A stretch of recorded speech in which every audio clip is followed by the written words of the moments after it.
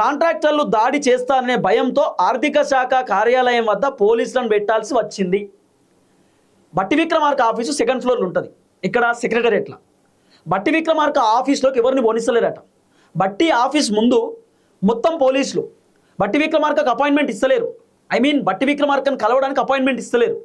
బట్టి విక్రమార్కను కలుస్తాం, సార్తో మాట్లాడేది ఉంది, ఆర్థిక శాఖ మంత్రి కదా, డిప్యూటీ సీఎం కదా, సార్ దగ్గర పోయి మేము పెండింగ్ బిల్లుల గురించి డిస్కస్ చేయాలి, మా కాంట్రాక్టర్లకు బిల్లులు రావాలి సార్తో చెప్తామంటే బట్టన్ ఆఫీస్ దగ్గరికి ఎవరికి పోనిస్తలేరట. సెక్రటరియట్ దగ్గర గేట్ పాస్ ఇస్తారు కదా, ఆ గేట్ పాస్ అక్కడ అడుగుతున్నాడు. ఏ ఫ్లోర్ పోవాలంటే 2nd ఫ్లోర్ అంటే నో, 2nd ఫ్లోర్ కుదరదు, ఇంకేమైనా ఫ్లోర్కి వెళ్ళాను కానీ 2nd ఫ్లోర్ పంపం అని చెప్తున్నారట. కాబట్టి బట్టి విక్రమార్క ఆఫీస్ ముందు పోలీసులను పెట్టాల్సిన పరిస్థితి వచ్చిందంటే ప్రభుత్వం దగ్గర పైసలు లేవనేటటువంటి విషయం అర్థమైపోయింది. ప్రభుత్వం దగ్గర చిల్లి గవ్వలేదనే విషయం అర్థమైపోయింది. రేవంత్ రెడ్డి ప్రభుత్వానికి దిద్దుబాటు చర్యలు తీసుకోవడానికి ఇక రెండేళ్ల వ్యవధి మాత్రమే ఉంది. ఇది వాస్తవమే. రేవంత్ రెడ్డి ప్రభుత్వం మళ్ళీ సెటరేట్ కావాలంటే 2 ఇయర్స్ ఉన్నది. మరి 2 ఇయర్స్లో రేవంత్ రెడ్డి సెటరేట్ కావాలి. ఒకవేళ 2 సంవత్సరాలలో రేవంత్ రెడ్డి కనుక సెటరేట్ కాకపోతే అధికారం పోతుంది, మళ్ళీ అధికారంలోకి వచ్చే పరిస్థితి లేదు అని ఇండైరెక్ట్గా ఏబిఎన్ రాధాకృష్ణ చెప్తుండేమో అనిపించింది.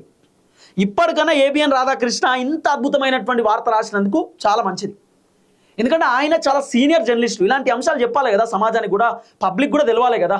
ఇన్ని రోజులు రేవంత్ రెడ్డిని పోడుతూ వార్తలు రాయడం, రేవంత్ రెడ్డికి సలహాలు సూచనలు ఇవ్వడం, సలహాలు సూచనలు బంద్ చేసి ఇటువంటి వార్తలు రాతే సమాజానికి కూడా తెలుస్తుంది రేవంత్ రెడ్డి ప్రభుత్వం పైన వ్యతిరేకత ఉందట.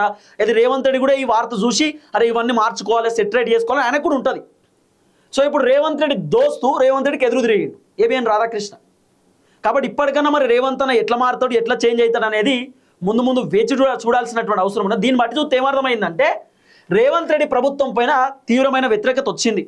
ఈ వ్యతిరేకత కాస్త కేసీఆర్కు ఫేవర్గా మారుతున్నది. ఇది కూడా ఏబిఎన్ రాధాకృష్ణ వర్షన్. రేవంత్ రెడ్డి పైన వస్తున్నటువంటి వ్యతిరేకత మొత్తం కేసీఆర్కు అనుకూలంగా మారుతుంది. కేసీఆర్ ముఖ్యమంత్రి అవ్వడానికి మళ్ళీ ఛాన్స్ ఏర్పడుతున్నది.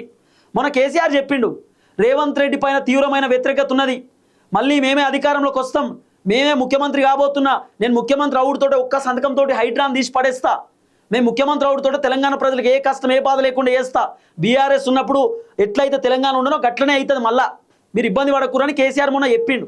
దీన్ని బట్టి చూస్తే ఏమర్థమైంది, రేవంత్ రెడ్డి పైన ఉన్నటువంటి వ్యతిరేకత మొత్తం కూడా కేసీఆర్కు మళ్ళీ మంచి పాజిటివ్ ఒపీనియన్ లెక్క పోతున్నది. మంచో చెడో కేసీఆర్ ఉంటేనే బాగుంటుండే, రేవంత్ రెడ్డి వచ్చిన తర్వాత ఏది చక్కగా జరుగుతలేదు అనేటటువంటి ఒపీనియన్లోకి పబ్లిక్ వచ్చేసారు. అది ఏబిఎన్ రాధాకృష్ణ కూడా అర్థమైపోయింది.